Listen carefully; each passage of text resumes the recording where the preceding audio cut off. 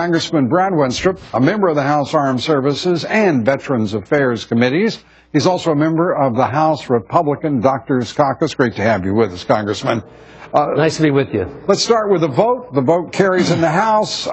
You voted against it. Why? I did because I felt that we were somewhat secure with the sequester cuts and really serious about reducing spending through that way. The other thing that I had a problem with is that we really didn't embrace what we need to embrace as a nation, and that's entitlement reform of the major cost givers, and that's Social Security, Medicare, and Medicaid. And if we're to really be fair to the next generation, then we need to address those issues. There's some silver lining in this. I think that Paul Ryan did a great job as best he could in negotiating. I just felt like we could have gotten more. There's one advantage here, too. As a military person, it's good to see that there's going to be some funding set aside for the military. But keep in mind, the budget is just a shell. Yeah. It's just an idea of where we want to go, and our real work lies ahead.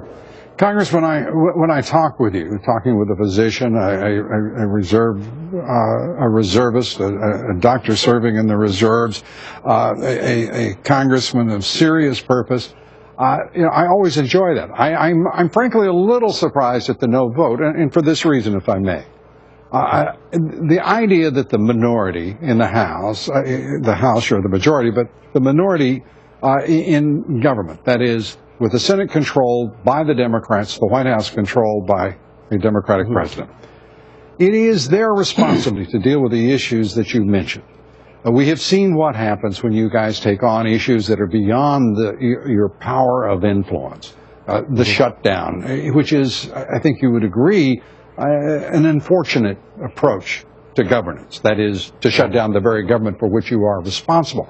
I think it's taken you in places, as Speaker Boehner, I think quite frankly and honestly said, takes you places you don't really want to go. Is he incorrect in saying that?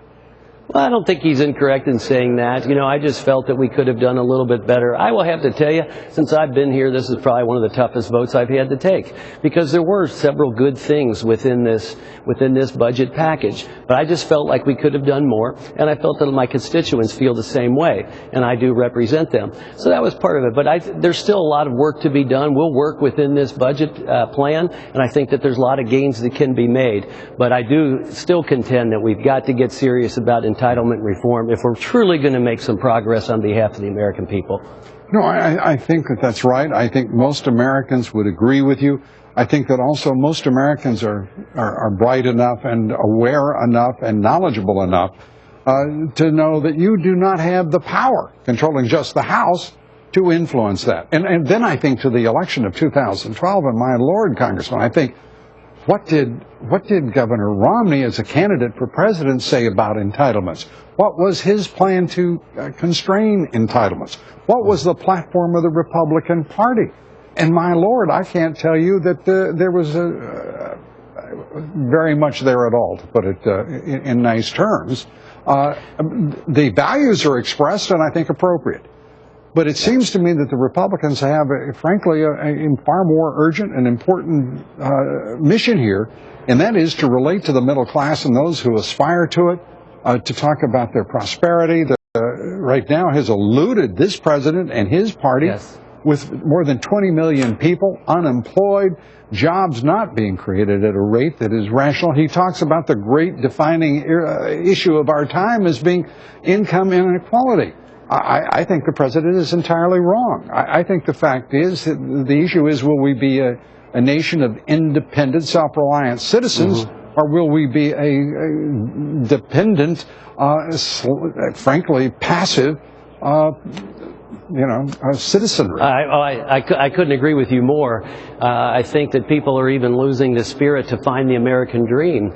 But the opportunities in this country are tremendous, and we're doing so many things that are driving our economy in the wrong direction, Obamacare being one of them. I go from business to business, and they're talking about how they're not hiring or not adding on or cutting people's hours. Those are clear facts that are being ignored and don't help our economy.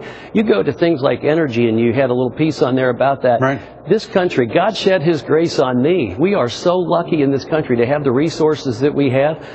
hey, we all want to be responsible, we want to be healthy, but we have so much opportunity in this country, and it's being blocked. You know, I Congressman, couldn't agree with you more. You know, when you say that God shed His grace on thee, I mean, if you don't believe that the United States in its birth and in its existence is an act of providence, to think that here we are at this particular point in time and suddenly we have energy reserves and access to that energy opening up a vast treasure that 20 years ago we were told not only didn't exist, that it was waning at a point that would be impoverished by the middle of this decade.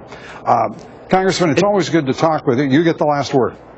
Well, I was just going to say what you just touched on. It's an answer to our prayers to be able to have this opportunity. We can be so much more secure as a nation if we are energy independent. We have so much opportunity. We just need to be led in that direction, and we can do it. And that's what I hope to do while I'm here. Congressman, we thank you for being with us.